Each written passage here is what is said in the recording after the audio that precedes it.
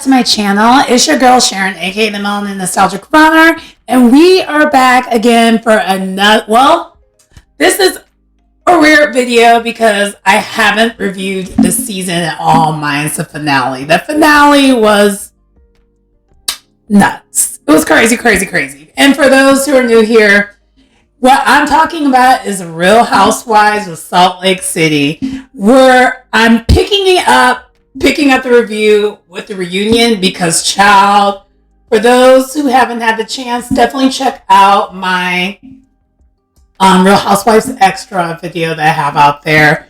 And it talks about Real Housewives of Salt Lake City and a little bit of like the Ultimate Girls Trip. Nothing to see when it comes to that Ultimate Girls Trip so much. Mainly the Real Housewives of Salt Lake City. So at this point, I would assume you guys have all had the chance to watch the finale. And this reunion, for it being a 3-part, it was entertaining. It was entertaining. I wasn't mad at it. In the past, where they've done 3-part reunions, I felt like it was kind of like, okay, we don't need 3 parts. I am curious to see how they are going to stretch out the 3 parts. I know a lot happened. But yeah, so far so good. So let's get into it. So the set is beautiful, by the way. So the set is Real Salt Lake. It's like Real Housewives of Salt Lake City. So it's giving you like the winter vibes meets Bermuda. So it has like the beach bar that they were at when Heather and Whitney got into it. Probably, I think it was the episode before the episode or 2 before the season finale. So it has that in the background, but then it also has the snow, and then the stage is kind of somewhat in a triangle a little bit to, kind of add that ambiance there. So, yeah, so that's what it starts at. And then the women all show up. Everyone looks pretty good. The fashions to me it's okay. I'm not gonna lie, I'm a little bit impartial, and I kind of like the Real Housewives reunions where they have themes. So Real Housewives of Miami, Actually, Miami I don't think has a theme, but the fashions be giving in that franchise when it comes to reunions. Same thing with Potomac. Well, Potomac, Giselle don't give the fashions, but everyone else pretty much gives like decent fashion for the reunion.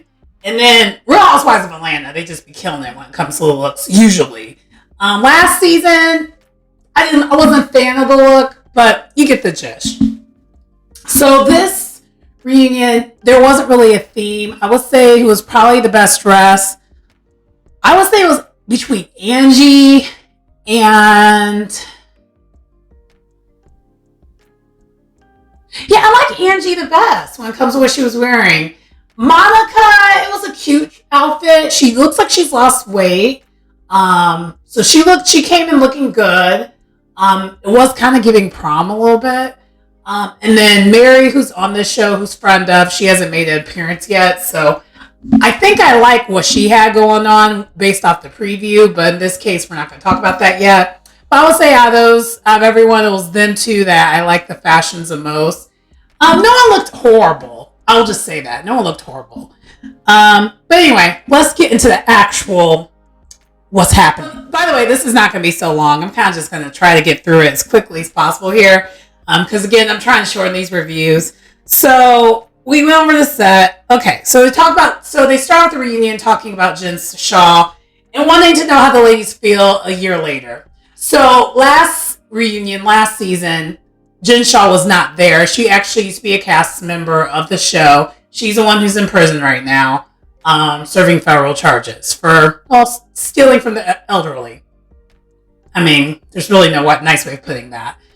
And so she wasn't at the reunion because she was in the middle of trying to limit her sentence. Because at the end of the day, it was one of those things, because it was a federal offense and the feds were on her, she was going to get in trouble. There was going to be nothing. She was going to get something. So she was trying to avoid getting, in more trouble than she already would be, so she didn't go to the reunion. And long story less long, she did plead guilty. And the way the ladies are spinning it now, they're saying that they had her back the whole entire time, having a feeling that she might be guilty, but just had her back because apparently she maintained her innocence even to the day of and even the day after. She kept saying, well, I have to plead guilty, but I'm innocent. And that's mainly Heather speaking about it, but everyone, all the OGs are speaking about it. So Heather, Meredith, Whitney basically stated that she always knew kind of the whole entire time, and which she's not lying. She was one of the few people that kind of always said like, ooh, I don't know, I think she did that. And if you go back to the prior season, she really was one of the few that wasn't writing like overly like, yeah, that's my girl. She never was like that. And then Lisa and so basically all the OGs. So they talk about that. From there, they go into the Monica segment right away. And Monica and Lisa immediately start getting into it regarding the ring. So what happened during the season, for those who didn't watch the season, was Lisa Barlow lost her $60,000 ring. And she kept saying it. And according to Lisa Barlow, she says she's only said it 3 times, but some of the ladies on the reunion stage kind of gave a look like, well, Andy kind of gave a shady look like, you sure it was like 3 times? Because she did keep mentioning the price. And that's what triggered Monica to get in a fight with her. Because Monica, who's new on the show, she clearly doesn't have the coins. That's kind of a known thing. And all the other women in the show are kind of a little bit more on the well-off side. But what we liked about Monica before we knew everything before this season ended the way it did, was she was real. She kept it real. And so we appreciate that about her on the show. And I mean, she kind of made the show pop in this season. I'm not going to lie. I'm not even going to hold you. Even though that twist at the end turns out she was the villain the whole entire time. It's wild. But yeah, she did keep the show entertaining. But so they're going back and forth, Lisa and Monica. And then Monica thinks that, because also another thing that occurred after the show aired was there was an accusation that Monica's the one who stole the ring. Because Lisa lost this ring at the airport bathroom on their way to Palm Springs. So this wasn't even this was earlier on in the season. And Monica thinks that Lisa and Heather came up with the story. And then, so it basically went from Lisa versus Monica to Lisa and Heather versus Monica. And then Angie starts to chime in. And then this is where you get the sound burp of Monica calling her a bitchworm McBee. Because she's like, get lost like you did for most of the season. I was like, oh. And then goes a commercial break. Oh, mind you, before I go on with this review, I probably should have mentioned, I watched the Peacock version, which is like the uncensored version. So I don't know if there's more to it with my version versus the Bravo version, because I only watch the Peacock version of shows. Mainly because on Peacock, sometimes, depending on the franchise, they might have some unseen footage on there. Or, a lot of times there are extras and they don't censor things out. So, yeah. Anyway. So then they go commercial and then they move on. And then they basically start talking from there. Start talking about Monica and Jin Shaw and her relationship with Jin Shaw. Monica came on this show being the former assistant of Jin Shaw, who turned informant. So she was a huge component in getting Jin Shaw locked up. And she claims that Jin and her were friends, and that's why she decided to work with her as an assistant. That's how it started. And Heather has pushback. And by the way, this whole entire time, this first part of the reunion, Heather just has this look like. This is a look Heather has on the entire first part of the reunion. I ain't never seen Heather look that serious ever. She's usually the most unserious of them all. She's usually the comedic relief. So you can tell that tension in that room is thick. Thick. So anyway, but Heather chimes in and states and has a recording. I wonder, did she get this from Tanisha? The lady who, her hairstylist, that used to be friends with Monica. So, which is how all this got uncovered in the season finale. But anyway, so the recording comes in and basically Monica sounds like this obsessed fan who's like, oh my gosh, I'm so glad that I have this job. It's getting Kim K to Paris Hilton. Like, I'm going to be so famous. Like, that's how Monica sounds the whole entire time. Which, side note, for those who know the conclusion of the... I'm now going to spoil what happened. So, on the finale, it was revealed that Monica is basically a social media troll. Part of this troll account called Vantis. I think it's called Viva Vantis. I think it's what's called Diva. Yeah, I forgot what it's called exactly, but she's a troll account that's been trolling Jin Shaw, and then it went from just trolling Jin Shaw and sharing all this information to trolling the rest of the cast, and basically kind of just being a little bit of a bully. And I'm not going to hold you. That recording literally sounds like something that would have been on that site.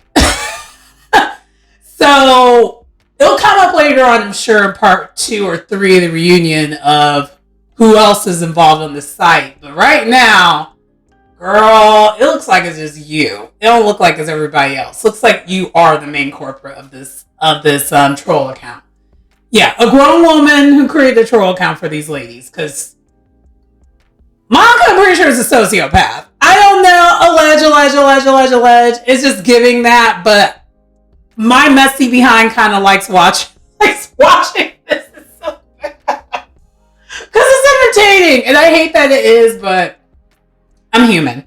Anyway, so Heather the whole entire time thinks that she had an agenda to basically become friends with Jin Shaw. And is pretty much on guard, like I mentioned. And Monica states that she applied for the show like everyone else, which isn't quite true because everyone else on the show is OG, so they didn't really, the application process was not going to be the same for everyone else on the show. And from what it sounds like, everyone else on this show, minus her, have known each other in real life already and have already had like some type of a friendship or relationship prior to this show. So, which is also why this season also was good, because everyone is kind of, I would say friends, I'll say friendly. They all knew each other before the show, you know. So she did apply, and she mentioned, so Monica states that, and this is another thing that probably, another clip that you probably saw that went viral. She states that she applied for the show. She told the casting people that the ratings suck and the show's going to get canceled if it continues to stay this boring. Kind of saying like she's kind of making it sound like she's the savior of this show. That's what she said. She said that right in front of Andy because, again, I didn't even mention the seating arrangements. Monica is sitting next to Andy. She's in the hot seat, and then Heather on the opposite side is also in the hot seat. And yeah. Andy did not look amused. He looked visibly upset that she basically insulted the show in front of him. And as she's saying all this, the producer shows what she actually said to the casting crew, which was not that. I'll put that right here. And then also Whitney, her facial expressions, like, because everyone could kind of tell, like, yikes. So, yeah. Anyway, then Andy asked about the affair that Monica had with her ex-husband, and she gets emotional. The affair was over. We find out that the affair was over 10 years ago, so it wasn't she made it seem like she was talking on a show that was recent. It was 10 years ago. And it took that long to get a divorce. And she also talks about getting rebaptized and basically trying to get back into the Mormon church because similar to Heather, Monica's a bad Mormon, but I think Monica actually truly is a bad Mormon. I think that's the difference. I think Heather, at least this season, she's made it as much. I feel like Heather really doesn't not want to be part of the Mormon church. I think she really wishes she was still in the Mormon church. Whereas Monica, nah. She tried, but I don't think she wants to be part of the Mormon church anymore. And so, and that's based off of what she told us. Because honestly, the more you look at this reunion, the more you're like, I don't know what to believe when it comes to Monica. Child, I think she'd be lying. She just sprinkles the truth in it so you can't tell what the lie and the truth is. I think she'd be lying. But anyway, so Heather chimes in and provides more detail to how hard it is, the processes of getting back in the church, and even how getting rebaptized into the church is a big deal because they usually you don't even get that far usually if you get excommunicated. So she starts to cry and states that whenever she's talking about it, she's reliving it. And then the internet comments didn't help at all. And then Whitney chimes in. She's like, yeah, those internet comments don't feel good. You know, I also had an affair, and the internet can be cruel, especially internet trolls can be cruel. And then Heather chimes in and states that, yeah, internet comments and trolls can be hard to deal with. The shade. The shade. So then next, I would say the rest of the reunion for this first part was pretty lighthearted. The only thing that was just kind of weird was the Monica stuff. The Monica stuff was kind of crazy because Monica, she's bringing the drama. I'll give you that. She definitely is bringing the drama. But also, too, and I had my friends look at this, too, that I also watch the shows with. The changes of her emotions is kind of scary. I'm going to need y'all to pay attention to that. I ain't going to lie. I think Monica Lowe.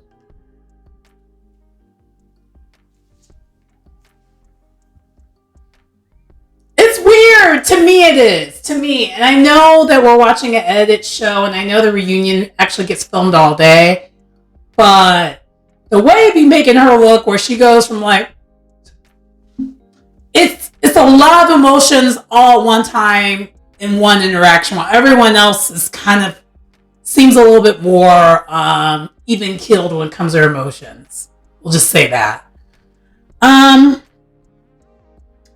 Anyway, so next is like the friendship segment, and this kind of includes Lisa and Meredith. They started off as friends before the show happened. They were really, really close friends. And then they had a falling out, I believe, in season 2, where Lisa had the hot mic moment. Season 3, they didn't really mess with each other. And then now this season, they're trying to rekindle their friendship. So we see that throughout the season. Then we see Heather and Whitney. They were called Bad Weather. They were good at, they're actually cousins. They find out before the show that they're cousins. So they're like OG Mormon. Like, I think they're I think that their ancestors were like literally the pioneers of creating the Mormon church, which is kind of wild. But anyway, they find out that they're cousins.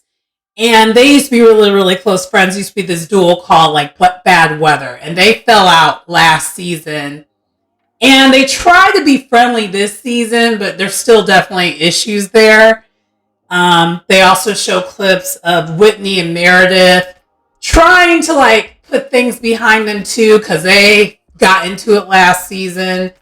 And then Meredith and then it goes really mainly, this is technically the Meredith segment. I'll just say, I should probably say that.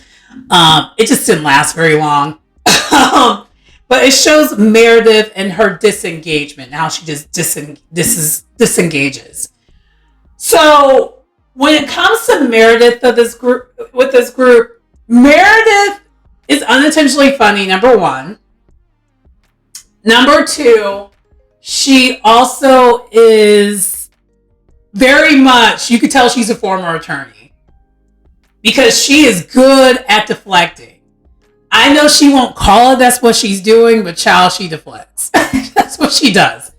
And also too, she will just disengage. If she's done arguing with you, you're arguing with yourself. She'll just walk away. That's just what she does. But this season, Whitney called it out that like you do this thing where there's always a reason why something happened. And Meredith did actually put on a good point, and like even the producers rolled this footage showing like, no, she doesn't really need a reason to disengage. She's disengaged plenty of times in seasons before for no reason. She didn't give a reason. She just believed. And I was like, okay. Meredith, basically her feelings are, she doesn't usually like to talk about, this is what she's saying. She doesn't like to talk about serious issues that's going on outside the group. And she really wished the ladies would check up on her and ask how she's doing versus, finding out when a conflict happens and then she tells them then. And Lisa, playing the devil's advocate, she's like, I can see both sides of it because Whitney, seeing perception-wise, it looks like it is an excuse. That you always have an excuse for why you do something. And then Lisa, because Lisa's known Meredith for years, she knows that's how she is because Lisa also does the same thing at times where she doesn't say anything and just kind of tries to keep it to herself. And somehow this leads to Whitney and Lisa getting into it because they kind of they were good all last season, and then this season's when that starts to fall apart a little bit. And it wasn't serious, but like Lisa had some good points, but also Whitney had good points. So Whitney thinks Lisa's self-absorbed, as she is, and Whitney also thinks she's very unaware of how self-absorbed she comes off, which she is. And then in reverse, Lisa, has issues reading what Whitney wants from her, which I can see that because we see there's one scene where Lisa's trying to, be very cognizant and kind of, work on kid gloves, like work with her with kid gloves with care and not addressing whatever might be bothering her. And then, Whitney gets upset with that. And then the opposite we see when they roll the clips back, Lisa asks if everything's okay, and Whitney got upset with that. So Lisa's like, I don't know which one you want. Like, which is very confusing, and she's confusing and exhausting. So all those things. So they're both right. But anyway, that's how that ends. So next, we kind of go with the Angie segment, and because this is still the friendship segment, I guess. So it's Angie versus Monica, so they get into it yet again. And then Angie and Lisa have like a talk out. Well, before I go into that, Angie and Monica, they're getting into it because Angie, now knowing who Monica is and how Monica has been this whole entire season, because while the show is happening, they don't see the show until towards the end.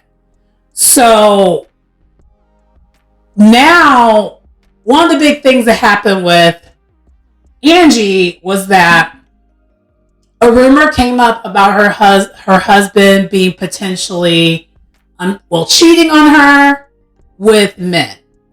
That was the rumor. And Monica claims that Meredith started this rumor. It said that Meredith said all this. And Angie already was not cool with Meredith like that, so she believed Monica. Like completely believed Monica, like blindly. And that was actually Lisa's beef with Angie, because she's like, you're blindly just believing this new chick. Like, Have you talked to Meredith to find out what she said? I mean, Lisa was actually kind of being the more reasonable about this, but also too, Lisa was being like that because she had her issues with Monica too anyway. So it was like a combination of things there. But anyway, so as the season, as everything played out, yeah, it turns out that rumor would have never been out there if Monica never said anything. And Monica's the one who said it out there and put it out there. And so now Angie feels differently and thinks Monica was behind the whole entire rumor. Meredith never said this stuff. And that's that on that.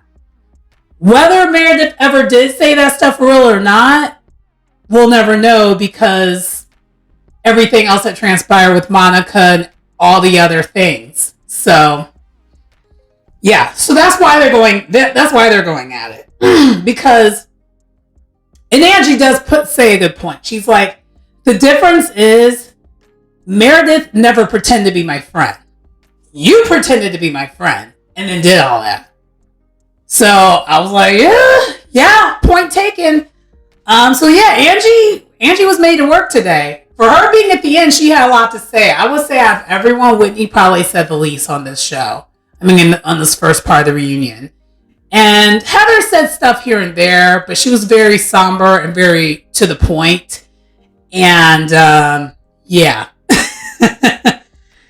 And so then, they get into Angie and Lisa's friendship because the issues that happened between Monica, Meredith, and this whole rumor thing that happened during the season that actually caused a friendship rift between Angie and Lisa, because Lisa basically kind of accused Angie being a flip-flopper. And she also mentioned, like, look, I would not have a problem with, I only had major issues with but with Monica because I was backing you up. I had your back, which not true all the way. We know, I just mentioned before, Lisa had her issues with Monica already. So she doesn't need another reason. And so she had the other reason, but she felt blindsided when Angie made up with Monica, but didn't tell Lisa that. So she felt kind of dumb. And she said that. Which then, this leads to the conversation about the friendship that is Heather and Lisa. And hopefully they get more into that a little bit more because I did like that they had these talks about that and then also talked a little bit about Whitney and Lisa and their relationship. I'm not gonna lie, I was kind of okay with them taking the focus away from Monica for a little bit because there needed to be some break in between. It can't be like this the entire time you're watching a reunion. So I did appreciate that. So, but yeah, that was that next segment basically. Okay, lastly, we continue on talking about Angie and her family. And then we get into Meredith versus Angie. Because somehow, some way, because, Angie's very defensive about her family. And Meredith is just like, look, I am not going to, you were mean towards me. We beef, because Angie now is trying to like cop a plea and say the reason why she was mean towards Meredith was only because of everything Monica said. And Meredith's like, you had a lot of mean things to say. And if you had came at me in a better way and respectable, we could have had a conversation. But you started off with be this, and this. And it was a problem. And Angie tried to deny it. And then Meredith had her receipts ready to go. Just naming like, no, you did this, you did that, you did this, you called me this. Literally, and as she's saying this, the producers have all the articles and everything that shows that Angie was saying all these mean things about Meredith, pretty much unprovoked. And then Angie's like, okay, I activated you. You're welcome. And Meredith's like, I didn't need your help to be activated. I mean, I was her before you got on the show, but okay. And I was like, cleared. And Also, I forgot to mention, so the other thing that happened was they were showing clips of everything before they kind of got into it. And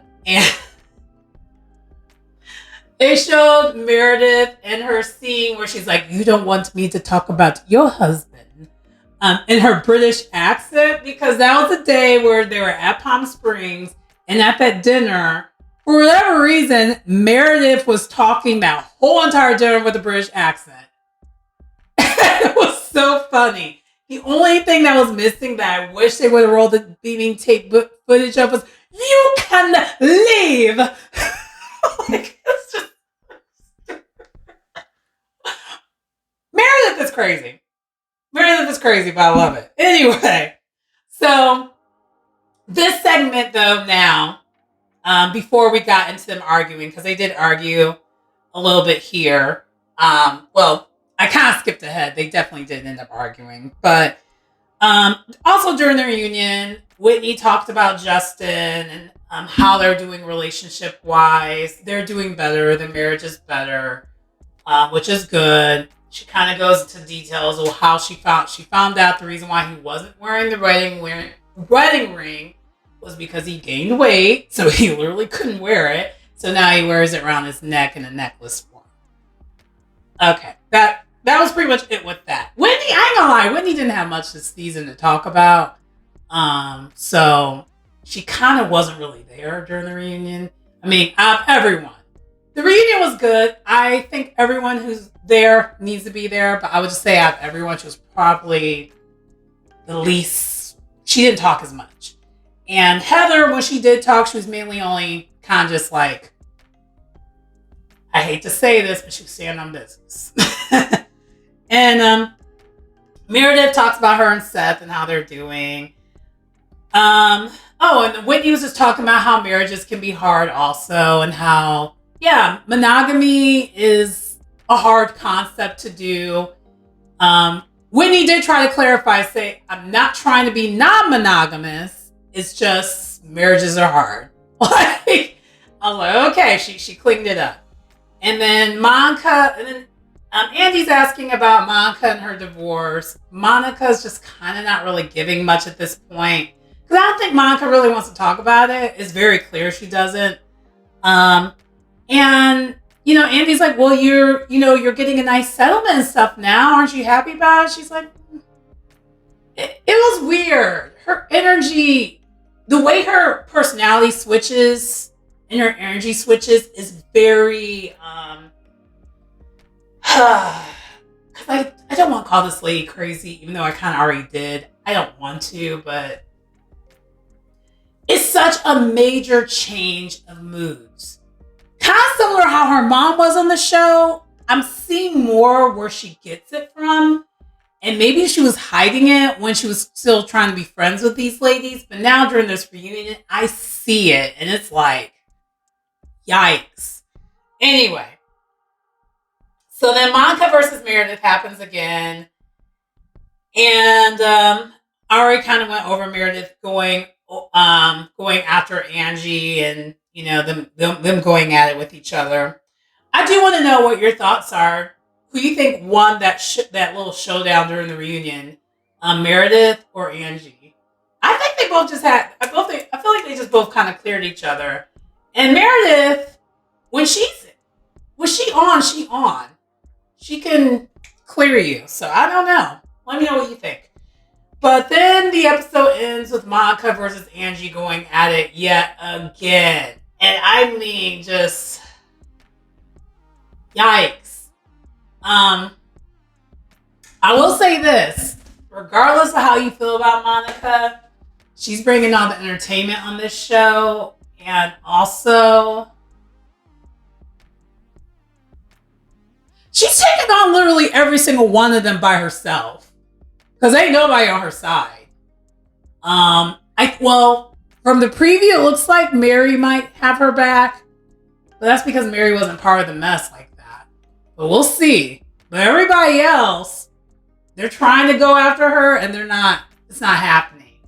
Now, the only difference is, the only person who I think kind of got her covered right now that seems to just be like, you ain't doing this to me, is Heather, because Heather's done with her. Everyone else, I think, is a little bit more interested in kind of making a show out of it. Heather, you can tell she's done with her, and she's going to just be like, I got my receipts, and that's that on that. I don't like you. Like, it's giving that kind of energy. But overall, super enjoyable reunion. If y'all have not went back to watch the finale, I'm sorry. I kind of spoiled it for you just now. But the reunion was everything. I mean, I enjoyed it. It wasn't everything, but it was good. It was good. But anyway, that does conclude the video. Please like, comment, subscribe to the channel if you get anything out of the content. It's your girl Sharon, aka the Nostalgic Runner. Wow. Wow, that was a lot of words. Anyways, I will see you next time. Bye.